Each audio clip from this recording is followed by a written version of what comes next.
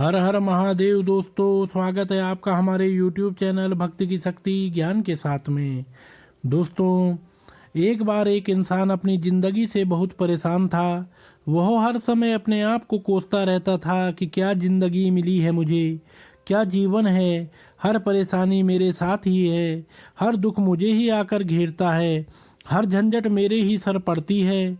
एक दिन इसी तरह अपने आप को बैठा हुआ कोस रहा था कि क्या नसीब है मेरा, क्या किस्मत है मेरी, क्या ज़िंदगी है मेरी, कि तभी अचानक एक बाज अपने शिकार को पंजों में दबाए हुए एक पेड़ पर आकर बैठ जाता है और वहीं पर अपने उस शिकार को खाने लग जाता है। वह परेशान आदमी जब उस बाज को देखता है तो कहने लगता है कि क्या ज़िंदगी है इसकी, क्या जीवन जी रहा है मज़े का। न इसे खाने की चिंता है, न पीने की, न पहनने की और न ही परिवार की। शिकार करता है और मस्त खुली हवाओं में कभी इधर घूमता है, कभी उधर घूमता है। सारे दिन आसमान में उड़ता रहता है। असल जिंदगी तो यही है, जीवन तो यही जी रहा है। फिर वह आसमान की तरफ देखकर जोर जोर से चिल्लाता है कि काश मैं भी एक बाज होता तो मुझे भी कोई दुख ना होता, मुझे भी कोई परेशानी न होती। काश मैं भी एक बाज होता। जब वह 2 से 3 बार जोर जोर से चिल्लाता है तो अचानक आसमान में बिजली कड़कने लग जाती है और आसमान से आवाज़ आती है कि हे इंसान, क्या यह हमने सच सुना है कि तू हमारी दी हुई जिंदगी से परेशान है और तू एक बाज बनना चाहता है।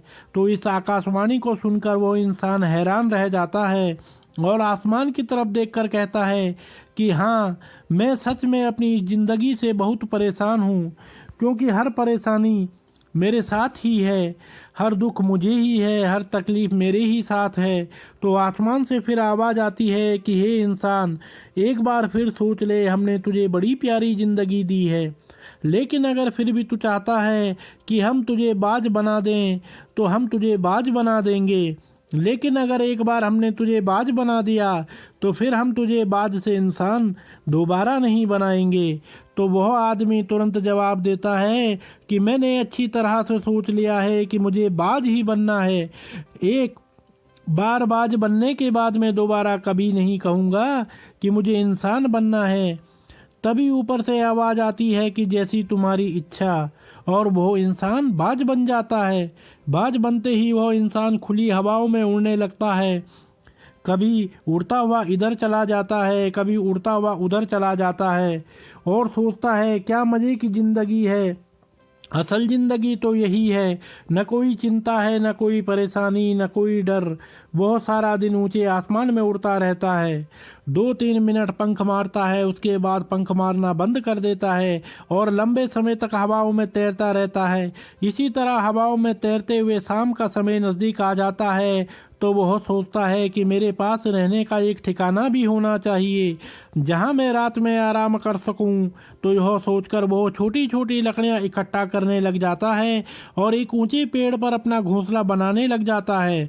एक एक लकड़ियां इकट्ठा करके वह अपने लिए एक सुंदर सा घोंसला तैयार कर लेता है और रात में उसी में सो जाता है और सोचता है सुबह उठकर शिकार भी करूंगा और सुबह उठकर फिर से मौज मस्ती भी करूंगा, खुली हवाओं में उड़ूंगा।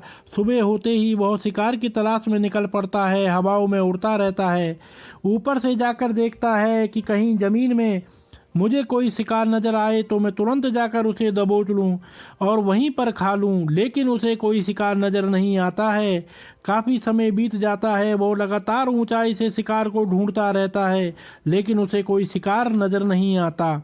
फिर पास एक जंगल होता है, वह उस जंगल में चला जाता है, यह सोचकर कि शायद वहाँ कोई अच्छा सा शिकार उसके हाथ आ जाए। वह जंगल के ऊपर उड़कर शिकार को ढूंढता रहता है, जंगल के अंदर जाकर भी शिकार को ढूंढता है, लेकिन उसे वहाँ भी कोई शिकार नहीं मिलता। शाम का समय नज़दीक आ जाता है तो मायूस होकर वापस अपने घोंसले की तरफ लौट रहा होता है कि रास्ते पर थक कर एक पेड़ के ऊपर बैठ जाता है। जब वह उस पेड़ के ऊपर बैठा होता है तो उसकी नज़र एक बीमार चिड़िया पर पड़ती है जो कि बीमारी की अवस्था में होती है। वह तुरंत जाकर उसे दबोच लेता है, उसके पंख निकालकर अलग कर देता है और उसे खा जाता है। उस चिड़िया को खाने के बाद वह अपने घोंसले की तरफ उड़ जाता है और रास्ते में सोचता है कि चलो बीमार चिड़िया ही सही, लेकिन कुछ तो खाने को मिला। वह अपने घोंसले पर पहुंचकर आराम करने लगता है और सोचता है सुबह एक अच्छा सा शिकार पकड़ूंगा और अपनी भूख मिटा लूंगा। जैसे ही सुबह का प्रकाश होता है वह निकल पड़ता है अपने शिकार की तलाश में। हवा में उड़ता रहता है, लेकिन आज फिर कोई शिकार उसके हाथ नहीं आता। काफी समय बीत जाता है, वह ऊंचाइयों पर जाकर अपनी तेज नजरों से शिकार को ढूंढने की पूरी कोशिश करता है, लेकिन उसे कोई भी शिकार नजर नहीं आता। फिर वह पास की उस जंगल की तरफ चला जाता है, लेकिन उसे वहां भी कोई शिकार नहीं मिलता। इसी प्रकार पूरे दिन उड़ते उड़ते शाम का समय नजदीक आ जाता है, तो वह निराश होकर वापस लौटने लगता है और रास्ते में एक पेड़ पर आकर बैठ जाता है। सोचता है शायद आज फिर कोई बीमार चिड़िया मेरा इंतजार कर रही हो, लेकिन हर बार किस्मत मेहरबान थोड़ी ही होती है। आज उसे कोई बीमार चिड़िया नहीं मिलती। वह थक हार कर वापस अपने घोंसले की तरफ चल पड़ता है और घोंसले पर पहुंचकर भूखा प्यासा ही सो जाता है और सोचता है कल सुबह एक बड़ा सा शिकार पकड़ूंगा और आज की भूख भी मिटा लूंगा। रात को अपने घोंसले में सोया होता है, गहरी नींद में होता है। तभी एक भयानक तूफान आता है। उस तूफान की हवा इतनी तेज होती है कि इसके घोंसले को उड़ाकर एक जगह फेंक देती है और उसे दूसरी जगह फेंक देती है। तो वह जहाँ पर गिरता है वहाँ नीचे एक नोकदार लकड़ी पड़ी होती है, जो उसके पंजों में गड़ जाती है और उसे बुरी तरह घायल कर देती है। तूफान के रुकने के बाद बारिश शुरू हो जाती है। तेज बारिश होती रहती है, पर वो किसी तरह से पेड़ों के नीचे छुपकर बैठा रहता है। बड़ी मुश्किल से उसकी रात कटती है। जब सुबह होती है तो बारिश रुक जाती है। बारिश के रुकते ही चारों तरफ खुशियां छा जाती है, चारों तरफ हरियाली छा जाती है। नदियां और झरने तेजी से बहने लगते हैं। सब कुछ फिर पहले के जैसे हो जाता है, लेकिन वह बाज अब पहले के जैसा नहीं रहा।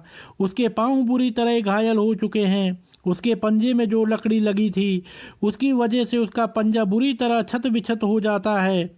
बाज का पंजा जो होता है वो उसके शिकार को पकड़ने के लिए सबसे ज़रूरी होता है, क्योंकि बाज अपने पंजों से ही अपने शिकार को पकड़ता है, दबोचता है और फिर अपनी चोंच के माध्यम से नोच नोच कर खाता है।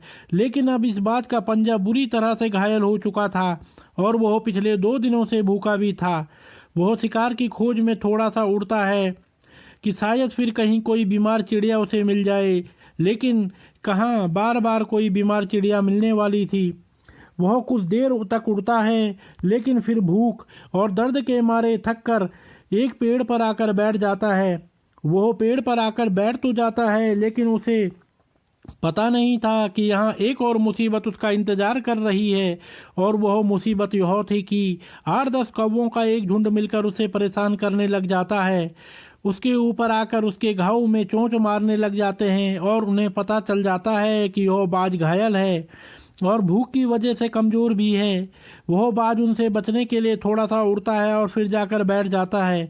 उनसे पीछा छुड़ाने का प्रयास करता है, लेकिन वह फिर उसके पीछे आ जाते हैं और फिर उड़कर थोड़ी दूर वह बाज चला जाता है, लेकिन वह उसका पीछा नहीं छोड़ते और बार बार उसके पास आकर उसे परेशान करते हैं। कौवे अक्सर बाज के साथ ऐसा करते हैं, लेकिन फिर बाज भी उनके साथ एक खेल खेलता है। जब कौवों का झुंड बाज को परेशान करता है और उसका पीछा नहीं छोड़ते, तो बाज हवा में सीधी उड़ान भरने लग जाता है। वह तेजी से सीधा ऊपर की ओर उड़ने लगता है।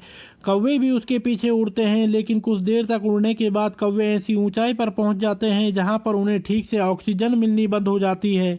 उनका दम घुटने लग जाता है, उनकी सांसें रुकने लग जाती हैं, तो फिर वो वहां से ऊपर नहीं जा पाते। पर क्योंकि बाज तो बादलों से भी ऊपर उड़ सकता है, इसलिए वह तो ऊपर चला जाता है, लेकिन कौवे वहां से ऊपर नहीं जा पाते और वो नीचे आने लगते हैं। तो इस तरीके से बाज उनसे अपना पीछा छुड़ा लेता है, लेकिन ऐसा करने के लिए, इतनी ऊंची उड़ान भरने के लिए इस बाज के पास उतनी ताकत नहीं थी, क्योंकि वह भूखा भी था और घायल भी। तो वह उड़ता तो और थोड़ी सी दूर जाकर बैठ जाता और कौवे फिर आकर उसे परेशान करने लग जाते। इसी तरह भूख और घायल हालत में एक दिन गुजर जाता है, दूसरा दिन गुजर जाता है, तीसरा दिन गुजर जाता है, लेकिन इस बात की हालत में कोई भी सुधार नहीं हो रहा था। वह बद से बदतर होती जा रही थी। चौथे दिन जब वह बिल्कुल ख़त्म होने पर आ जाता है, उसके अंदर बिल्कुल ताकत नहीं बचती और उसका शरीर उसका साथ छोड़ने लगता है, तो वह किसी तरीके से उड़कर पास ही इंसानों की एक हॉस्पिटल होती है, उसकी छत पर आकर बैठ जाता है और वहां से आने जाने वाले मरीजों को देखता है और अपने से कहता है कि काश आज मैं एक इंसान होता तो ऐसे छोटे मोटे जख्मों का हॉस्पिटल से इलाज करवा लेता, या किसी को बता देता कि मैं भूखा हूँ, परेशान हूँ, मेरे साथ यह परेशानी है। लेकिन आज मैं एक ऐसा बेजुबान परिंदा हूँ जो किसी से कुछ नहीं कह सकता, किसी को अपना दुख नहीं बता सकता, किसी से कोई मदद नहीं मांग सकता। यही बात सोचकर वह उसी छत पे अपना दम तोड़ देता है। वह अपनी जान की कुर्बानी तो दे जाता है, लेकिन साथ ही साथ हमें यह सीख भी दे जाता है कि आपको जैसा बनाया गया है, आप जैसे भी हों, उसी हालत में खुश रहो और उसी में बेहतर करने की कोशिश करते रहो, न कि इस बात से परेशान रहो कि काश मैं ऐसा होता, काश मैं वैसा होता, काश मैं यह बन जाऊं। आपको जैसा भी बनाया गया है आप उसी में अपना सर्वश्रेष्ठ करने का प्रयास करते रहो। दोस्तों, यह कहानी तो काल्पनिक है, लेकिन हमें जीवन का एक बहुत ही महत्वपूर्ण नियम सिखा कर जाती है कि हम जैसे भी हैं अच्छे हैं, बस हमें उसी में अपना सर्वश्रेष्ठ करने का प्रयास करते रहना चाहिए। तो दोस्तों, अगर आपको यह वीडियो पसंद आई हो तो आप हमारे चैनल को लाइक, कमेंट, शेयर, सब्सक्राइब अवश्य करें और बेल आइकन दबाना ना भूलें। आप सभी का बहुत बहुत धन्यवाद।